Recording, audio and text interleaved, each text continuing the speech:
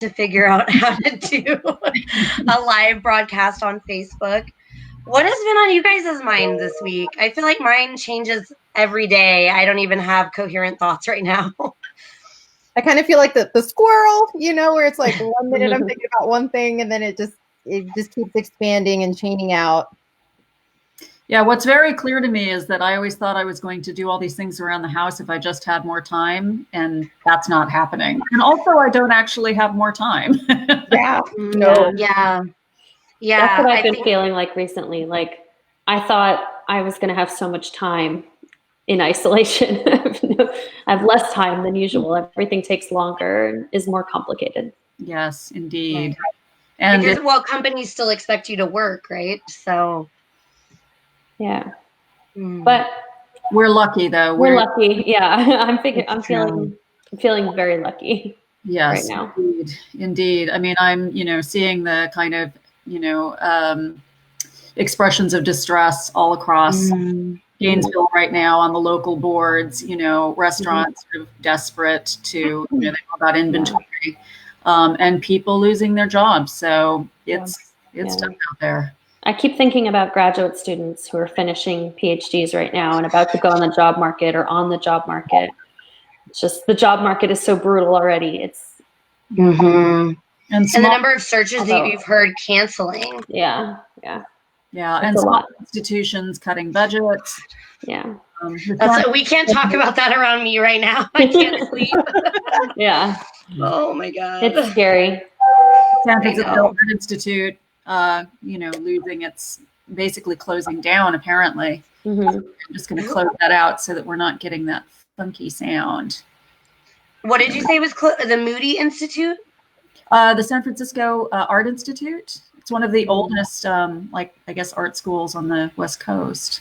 Oh my gosh. Yeah. Small liberal art schools are just going to disappear through this, I think. I mean, not all of them, but I think any that were already struggling and wondering how to keep going for the next few years. I mean, I don't know. I don't know a whole lot about university finance, but my gut is if they don't have $100 million in their endowment, I just think they're not. But then people are saying they can't even access their endowments right now because most of that's in the stocks. And with the stock market crashing. Yeah, this is not the time to pull money out of your endowment. You're hoping to cover. But if you rely on the income from those endowments for so many things, that income is going to go down in the next quarter. Yeah, right. Yeah. Nothing's made me more happy that I don't know how to invest in the stock market. Sadly safe there, I guess. One small potential positive for us in higher education is that oftentimes people do pursue more education in economic downturns. That is true. And I've heard that there's many that's something to be happy about, but it's. Well, I was wondering that too. I was seeing that people are adding another degree on right now because they don't know how to go into the workforce. Yeah. And Andy's here now, so I'm just going to add her. Oh, great. Y'all keep talking while I figure this out because I think I have to disappear and let her come on, and just give me a sec. I think one of the things that everyone is trying to figure out right now is for colleges that have dorms, and for a lot of the people who manage housing around universities, people are having to leave. They're having to go home, and they've paid rent, and with the expectation of paying more rent. They're all under contract. On the one hand, that rent should certainly be refunded and forgiven going forward. But on the other hand, many of those places rely on that income. Right. So there's no real easy solution to it. Yeah.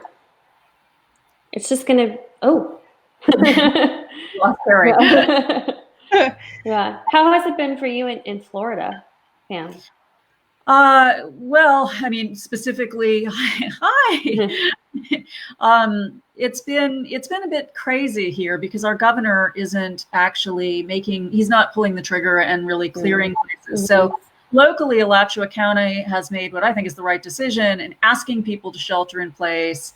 In practice, it's all a bit fuzzy. It's all kind of unfolding as we go. But, the beaches down south are still full of people and lots of places are still open. And Florida is right now a hotspot, which means in 2 weeks we're going to start to see a lot more, first of all, and we'll start to see the serious mortality. And we're, an older population. So it's not great. But we are hoping that our governor will, that his position will evolve. Yeah. Hi, welcome.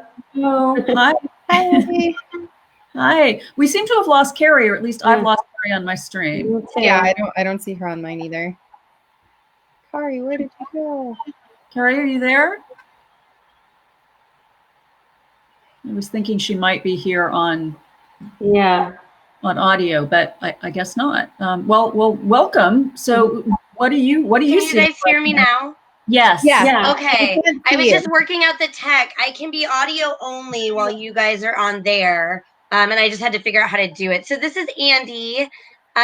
She and I met doing, we were on a panel together on Ash Wednesday that a church did. They wanted to do a death panel, and Andy and I met there. Do you want to tell a little bit about your job, and whatever you're willing or can share? I'd love to hear what hospitals look like right now. I know obviously most of us don't go to a hospital daily, and now it's like you want to stay away at all costs, but I feel like it must be total chaos. Nope, we're not getting audio. We can't hear you. Carrie, do you want us to each introduce ourselves?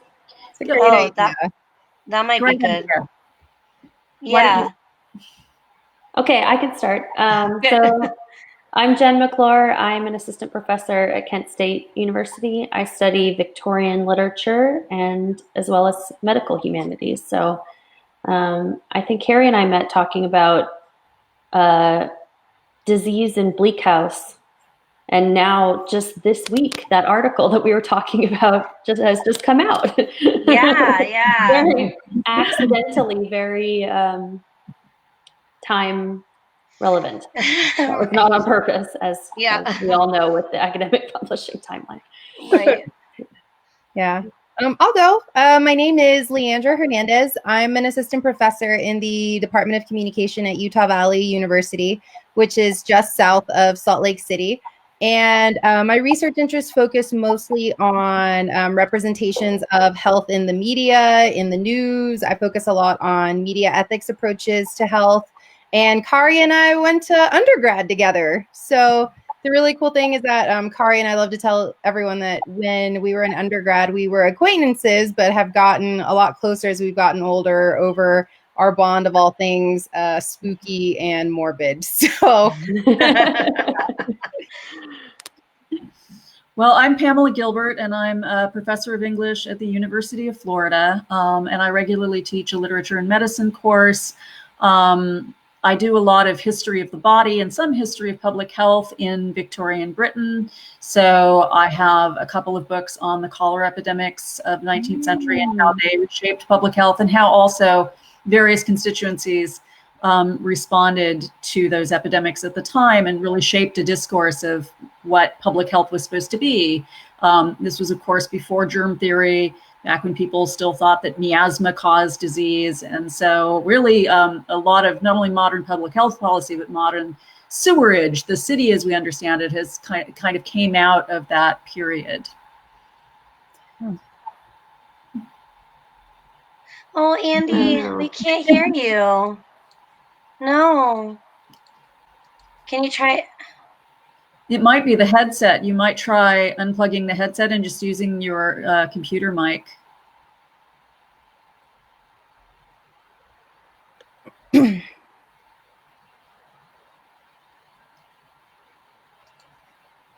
Is your mic on? Is the little icon? No.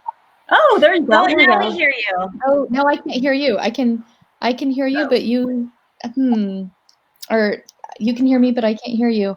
Okay. Let's see if one needs to be on and one needs. I apologize. I've never gosh, I've been using Microsoft Teams and Zoom, and things have worked just fine, but somehow this We're all figuring this out right now. I was really excited when I got all four of us on the screen.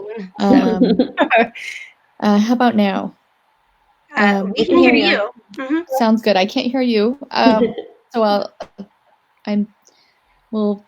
I'll explore that.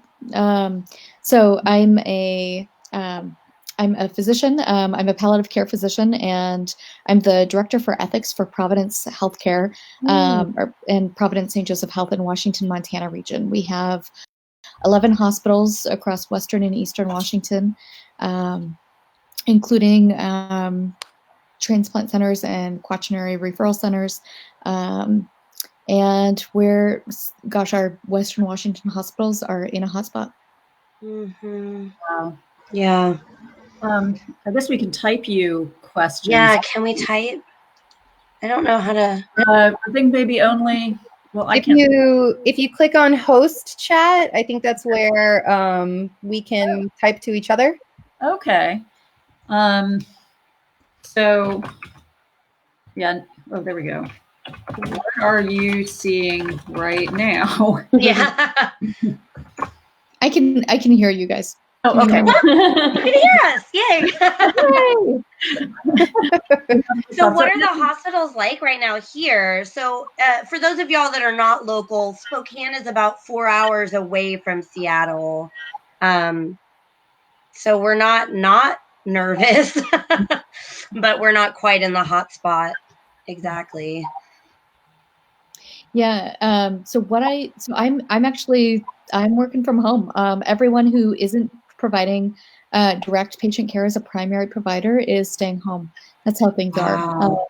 So medical consultants of every kind are working from home and connecting with patients with their iPhones, iPads, chaplains, social workers, infectious disease.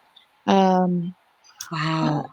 Anyone who's not doing procedures or anyone who doesn't need to lay hands on the patient to provide a diagnosis is working from home, which is really unusual for folks. So a mixture of people who are totally overwhelmed in their work and hours and volume, and then there are physicians who all of the clinics have been closed across the state to shunt providers and staff from the clinics to the hospital acute care. Our emergency room is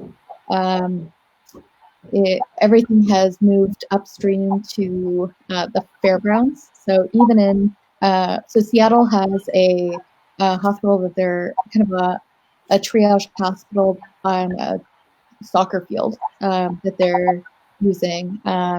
We're using our fairgrounds in Spokane, and both hospital systems in town. We have 2 systems, 5 hospitals, and our emergency rooms have been working together to screen people at the fairgrounds before ever going to the hospital. Are you able to screen them effectively? Is it just temperature screening, or are you actually able to test? Nope, we're able to test. Yeah. So that's one of the things that's changed dramatically in the last week. This week's testing is much better than last week's testing. And testing was causing a lot of moral distress. Just not being able to test and not having access to the test. There was a point when there were multiple hospital labs, university labs that were trying to come up with their own test in the absence of an available test. It was being funded by, at least folks in Washington were being funded by the Gates Foundation to work on that. And the turnaround time? I'm sorry, Andy, I didn't mean to interrupt you. What's the turnaround time on tests? So good question. I know that there's one that they're working on that's within about a 4-hour turnaround or quicker. Right now, what I'm hearing is that it's a 24-hour turnaround. 3 weeks ago, it was 3 to 4 days. It was 3 to 4 days from the lab receiving it, and it was a mail-away lab, so it was really taking 5 to 7 days. So one of the things that, our West Side hospitals are are layering their hospital floors. So one floor is COVID positive, one floor COVID negative, one floor COVID rule out, or the orders I think are different than that. Trying to keep staff in exposed, potentially exposed and unexposed. Because the reality is that with the there's been a lot of talk about the how ventilators will be allocated from the strategic national stockpile, and the reality is that the Department of Health is saying, "Gosh, if you don't have staff and you don't have PPE to run the ventilators, we're not going to distribute this to the hospital," which I think is probably, I mean, that's proportionate. And holy heck. Mm-hmm. So what we might see is that it's not actually the ventilator shortage or the ICU bed shortage that causes us to tip over into crisis standards of care. It might actually be staff and PPE. And that's not anything anyone expected. Right. It certainly hadn't been what I would have thought about until you sent me some of that literature for the meeting tomorrow. I was thinking ICU beds and ventilators, not staff. And then just the way that you came in and said that they've got all of the doctors that don't need to be there working from home. Like, that feels like a movie where we have to like almost triage protect the doctors that we're going to need. Oh my God. It's well, it keeps patients who are not urgently in need away from clinics and hospitals that are becoming hotspots, really, because people who are really sick are going there. They canceled all non-essential procedures and care days ago here in Gainesville. Right. Yeah, I was, I mean, this is of course a minor need, but it was just showing me like how deep this is running right now. I was kind of looking into getting some physical therapy for like a little back problem. And it's like, you can't, I mean, you can do a phone appointment, but you can't get a PT eval via phone that's effective. And of course that doesn't, really matter. And my life is fine, but like, it just showed me how not normal we're operating right now. And But I think that's good that everybody's taking it that seriously to even shut down most doctors' offices and really focus on. Yeah. So I'm seeing in the public chat. There's been a lot of questions. Yeah, Kristen Soria is one of our ethics champions at Sacred Heart Holy Family, and she's the nurse coordinator for stroke care, and she's saying that on the ground, having a lot of issues with getting test results. You've been waiting 8 days now. Holy cow, Kristen! Wow.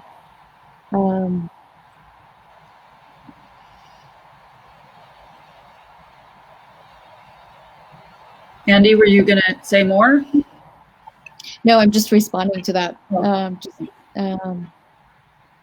Yeah, I'm hearing informally from people that test results, we're still not testing everyone here, and test results are taking a lot of time. We had, the situation here was we're a university of 50,000 students. We're in a small town. It's a university town. It's sort of a classic university town. And so people came back for one day after our spring break, which was fairly early. So they brought the students back for one day, and it was obviously an evolving situation. People were making the best decisions that they could. And that night they said, okay, you need to prepare to go online. But already a lot of people had come back from vacation, and probably would have anyway. They would have come back to get their stuff from their dorms and whatnot anyway. But that has made Little Gainesville and Alachua County a hotspot in the way that we're not seeing elsewhere in Florida except for major cities. Right. Andy, can I let you take this question about splitting ventilators? I certainly don't know the answer to that. Yeah, I don't either, but I've seen, I'm on a couple Facebook forums with other physicians, specifically palliative care physicians, and then we've been trying to connect with our critical care providers as much as possible, just to talk through some of the innovations that are coming out of the desperation.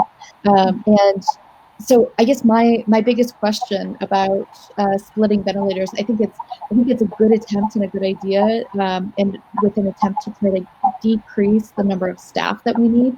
I think a much more pressing thing is talking about what we won't be doing.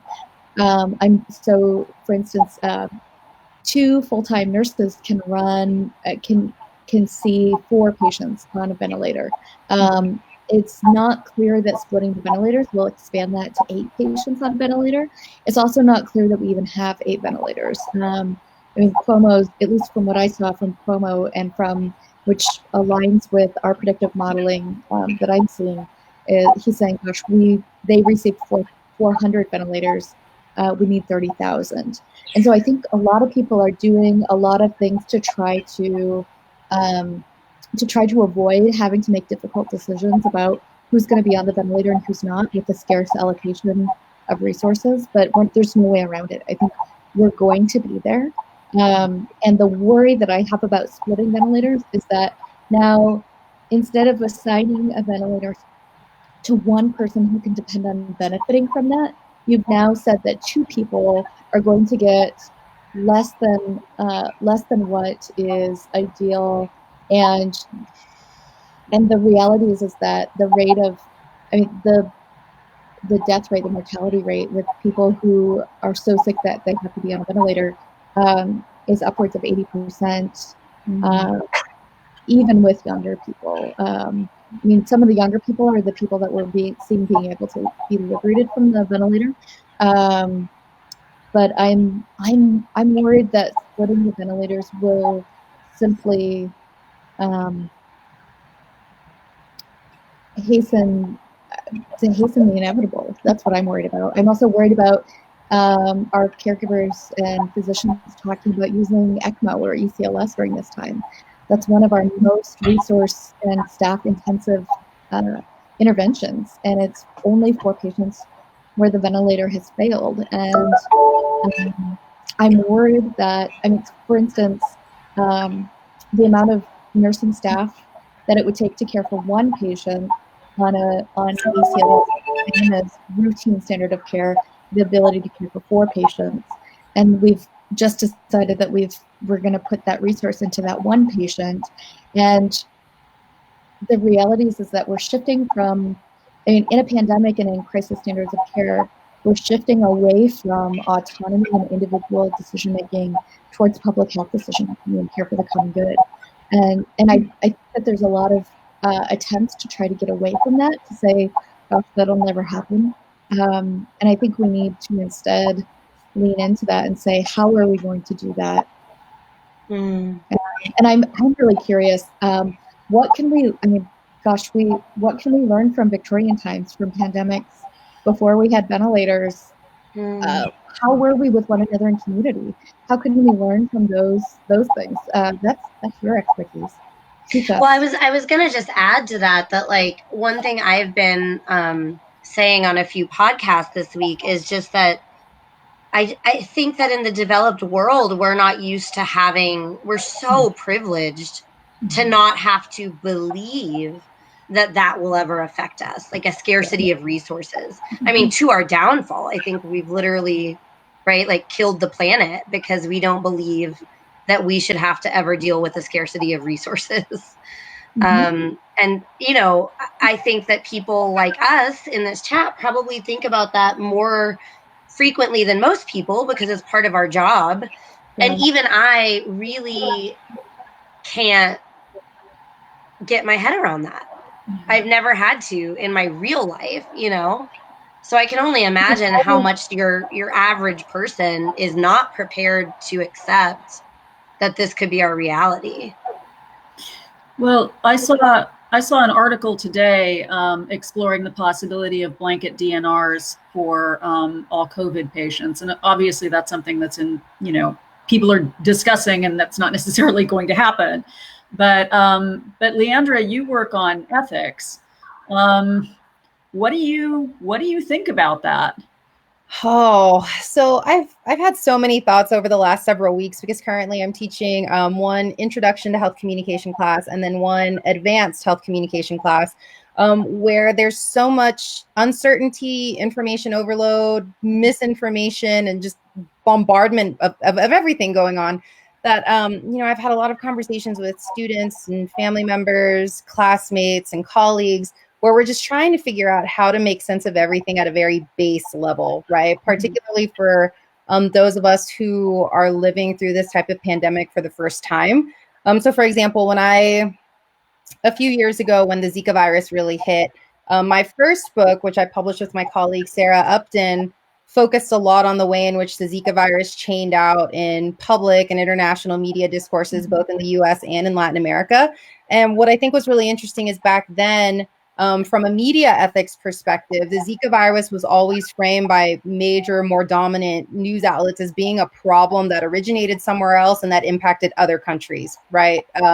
Particularly in a Guillain-Barré case and also in a reproductive case. Now, what I'm thinking about with the coronavirus, of course, with all of the racism accompanying it being the Chinese flu, the Chinese disease, all of the xenophobia that's chaining out there, I'm also trying to make sense of in my own head on a constant basis how we can go back to the mandate of shifting from like our large American individualist approach to healthcare, personal healthcare, right, and personal autonomy, with the idea that we just need to stay home, right? So we're seeing all of these hashtags going out on social media. Like, I love the Spanish ones, right? Quédate en casa, quédense en casa, just please stay home. And in Salt Lake, for example, I'm on the communication committee for our Salt Lake Climbers Alliance organization. And seeing the conversations and the discourses play out here about my personal rights and my personal autonomy to go to the crags and climb as I please because I'm young and the coronavirus won't impact me. Like, as a health communication person, I've been trying to make sense of that in tandem with like trying to figure out how communities and organizations can actually create communication messages that get to the target audience and stress the importance of the social collective good, right? The fact that we could be carriers, the fact that it doesn't matter if you're going outside, like all of the efforts that are trying to dispel a lot of the myths about the virus and how it's transmitted and who it impacts. It's just, I think at the end of the day, the too long didn't read version is, I think, the breakdown between the individual approach to autonomy and health and the larger social collective good. I think that's going to be one of the biggest things that's going to impact whether or not the curve can actually be flattened and we can get people to just realize how this impacts all of us collectively. Yeah, it's what I'm seeing on message boards and so on is this the real sort of disconnect between, well, I don't think I'm at risk, or I still have the right to do what I need to do, and paranoia on both sides. Paranoia on the left that this is going to be a kind of moment for for the government to do things that we don't think are necessary or good, and paranoia on the right that also they don't think are necessary or good. I mean, it's the same paranoia, it's focused on different objects. But there is still a discourse around this being a hoax, around it being exaggerated, and that discourse seems to be stronger on the right. And I think in part that's because the messaging was so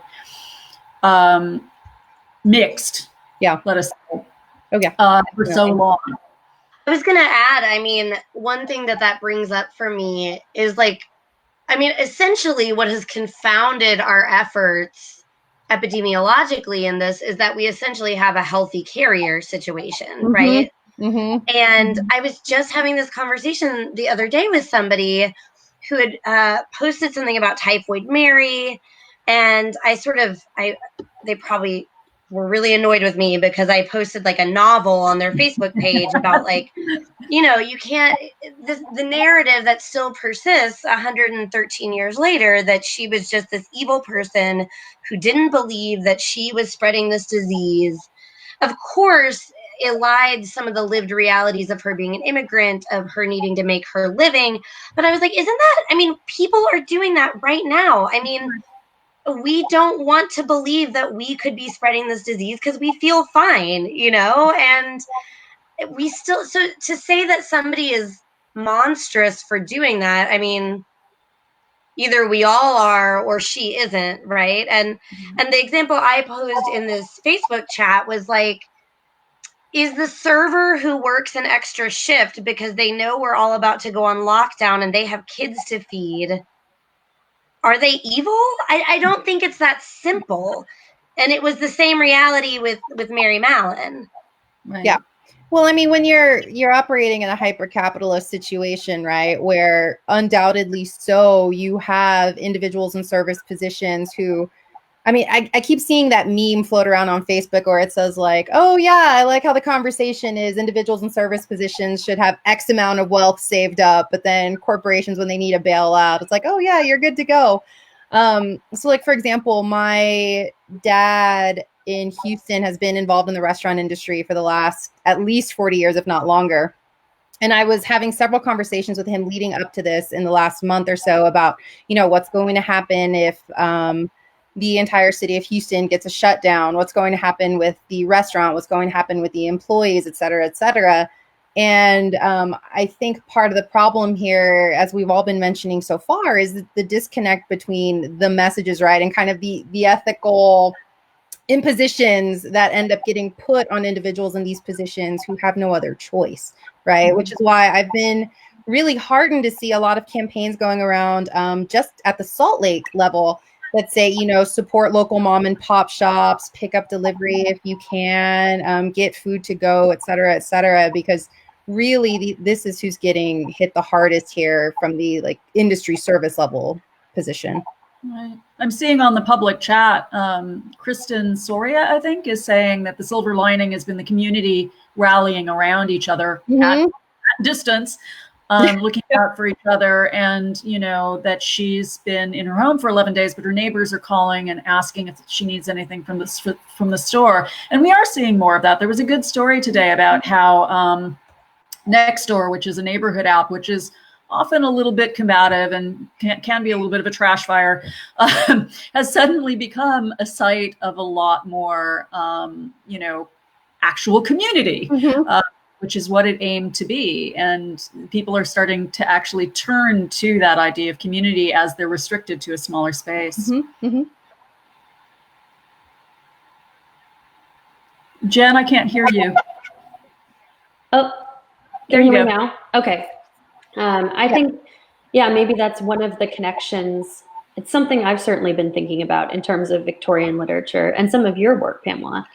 You've written a lot about this, but, I think we see during these outbreaks in the Victorian period, we get a lot of the kind of individualizing approach, like what you need to do to be a good citizen is sort of maintain the boundaries of your body, police yourself, kind of keep, put up borders, keep yourself more bounded and sealed off. And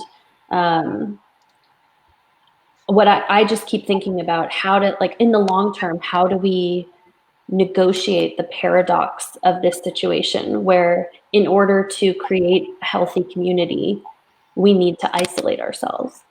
In order to be socially responsible to our neighbors, we actually need to do a lot of that stuff. Like, how do we socially distance and isolate without subscribing to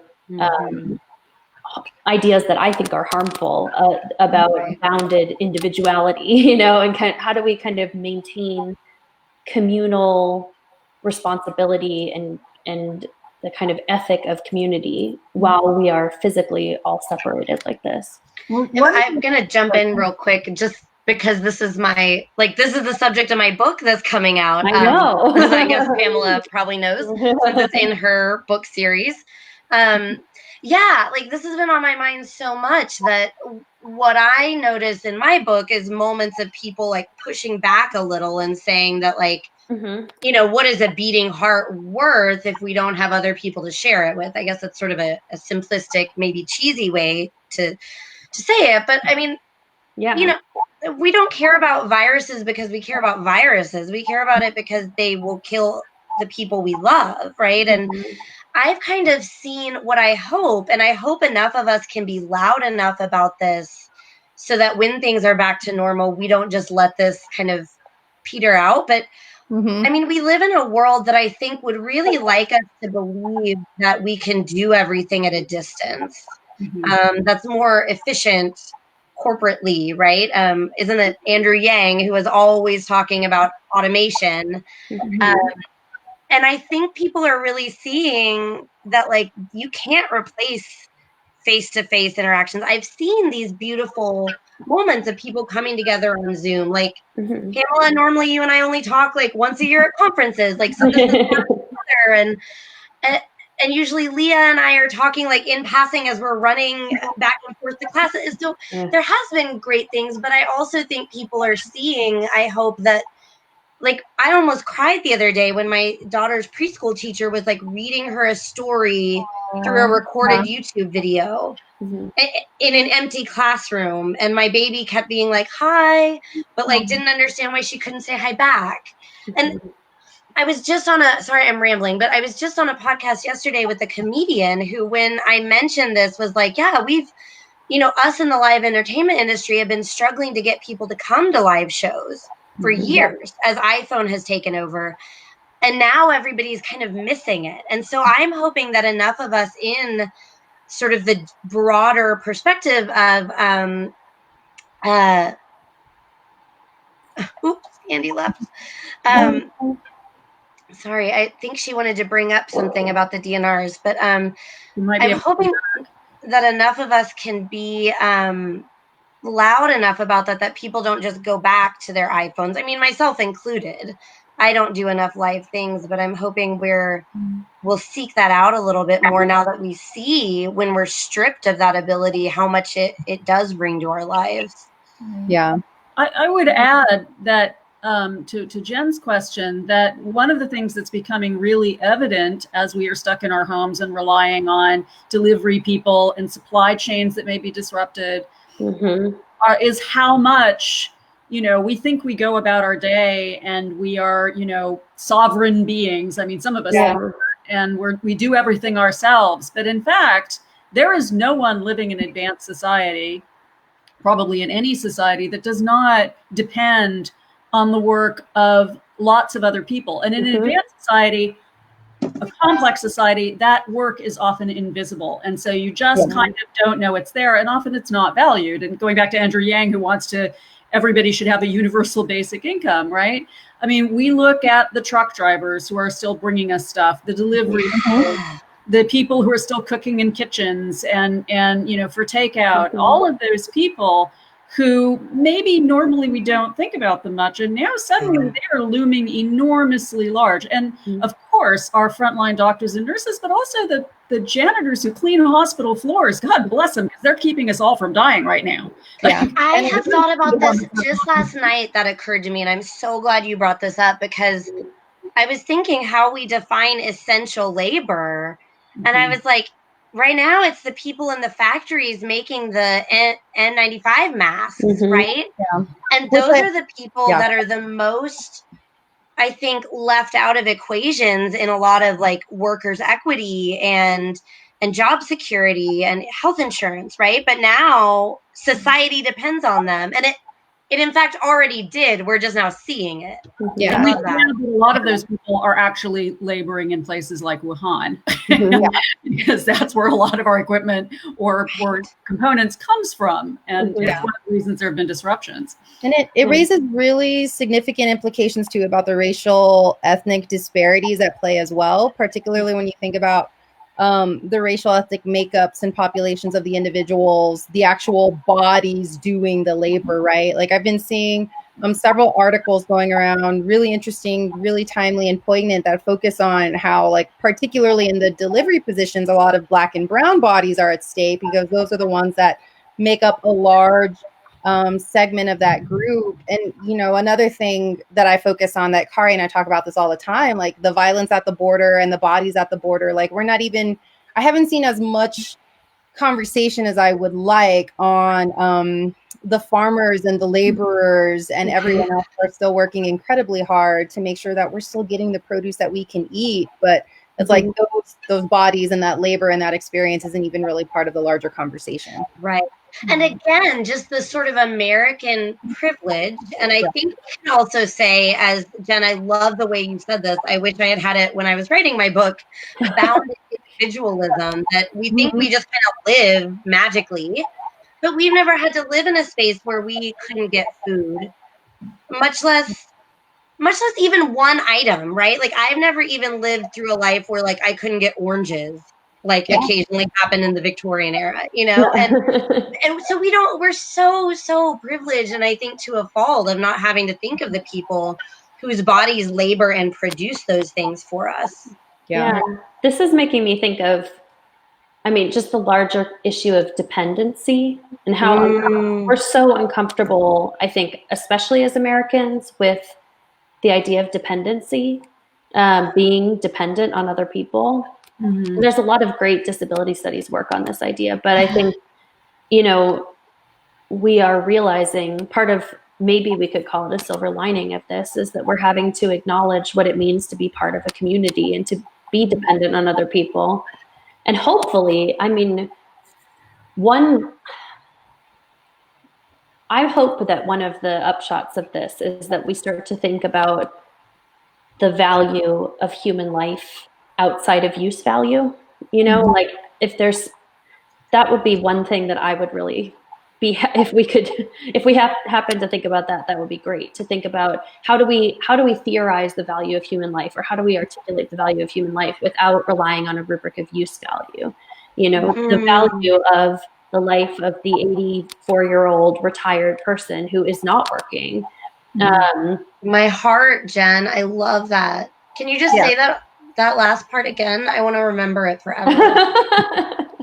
I don't know what I said. It's like lack of use value. How do we articulate, or how do we argue for the value of human lives without depending on a rubric of use value? Yeah, and see, so like Amanda, hey Amanda, Amanda typed in the chat box, U.S. American individualism and embodied establishment capitalism, right? Like, can we even think about those two paradigms in conversation with each other, right? When in a capitalistic society, bodies are expendable, profits are the bottom line, but then, you know, we have this need that Jen focused on so beautifully that talks about everyone's need and everyone's life being valuable, right? And it also reminds me of Laura's question as well. Like, does it mean that we need to learn how to live with this new virus? What I've seen some people calling on Facebook as the new normal, and then other people pushing back saying like we shouldn't romanticize this as normal because it's a pandemic and people are dying. So yeah, I'm curious to see what y'all's thoughts are on that, right? Like, what does it even mean to live with this virus for the unforeseeable future as it's impacting the service industries, the economy? I mean, our own experiences in academia and with everything else. Like, how do we make sense of this? Well, I'm hoping that one thing that we can help people to think about is the way that, and I think you're all talking about this in different ways, the way that, you know, let us call it capitalism, depends in part, and the political sector, which is an overlapping but not entirely identical sphere, on a kind of ideological mystification, right? We talk about, oh, the nation should be self-sufficient and it should close its borders, and, you know, and these foreign workers are coming here, and, you know, if there's nobody in the fields to pick your radishes, you ain't getting radishes. Right? Leah, you and me just did the same thing.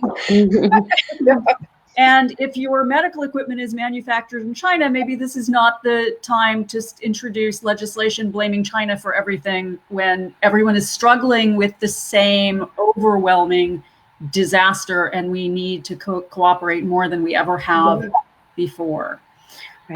So, you know, possibly people are going to see that in sharper relief as things don't work as well as they've been. And again, when things are working well, most of the labor is invisible. That labor is becoming visible and will continue to do so. I mean, maybe this is getting a little literary studies here, but I think, maybe the vaccine is a good metaphor to think about how to live with a virus rather than like, at some point when we take vaccines, we incorporate some of what is threatening into our bodies, right? And by doing that in a controlled way, we're able to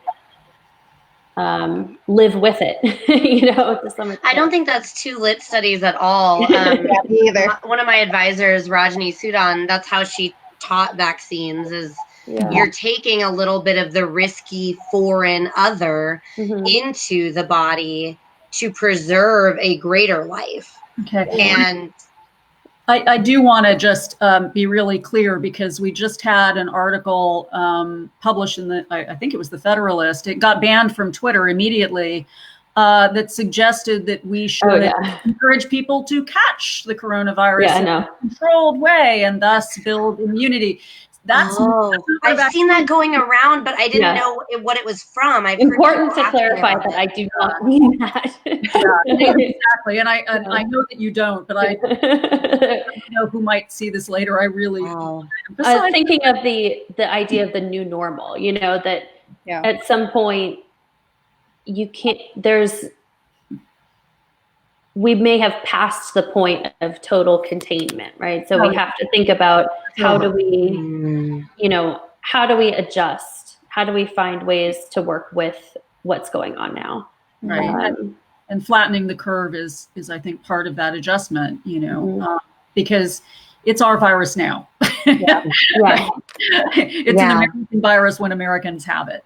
Yeah, right. Exactly. So. Yeah. Okay. Well, I'm going to wrap this up because I think if I let us talk too long, then too many of y'all will feel like it's too exhausting to do again. So, we'll have Andy back to address that issue around the DNRs that she had really important information for us and we didn't let her talk. I know. I got too excited about community and bounded individualism. I feel like it's my fault. I would love any and all of you guys that are able to do this same time next week. Don't feel obligated, but I would love to just keep doing this. I need to talk it out with people. So yeah. Thanks for organizing this, Thank Kara. you, Kari. All right. Bye. Thanks. See you all. Well, see you next week. Talk to you. Bye. Bye.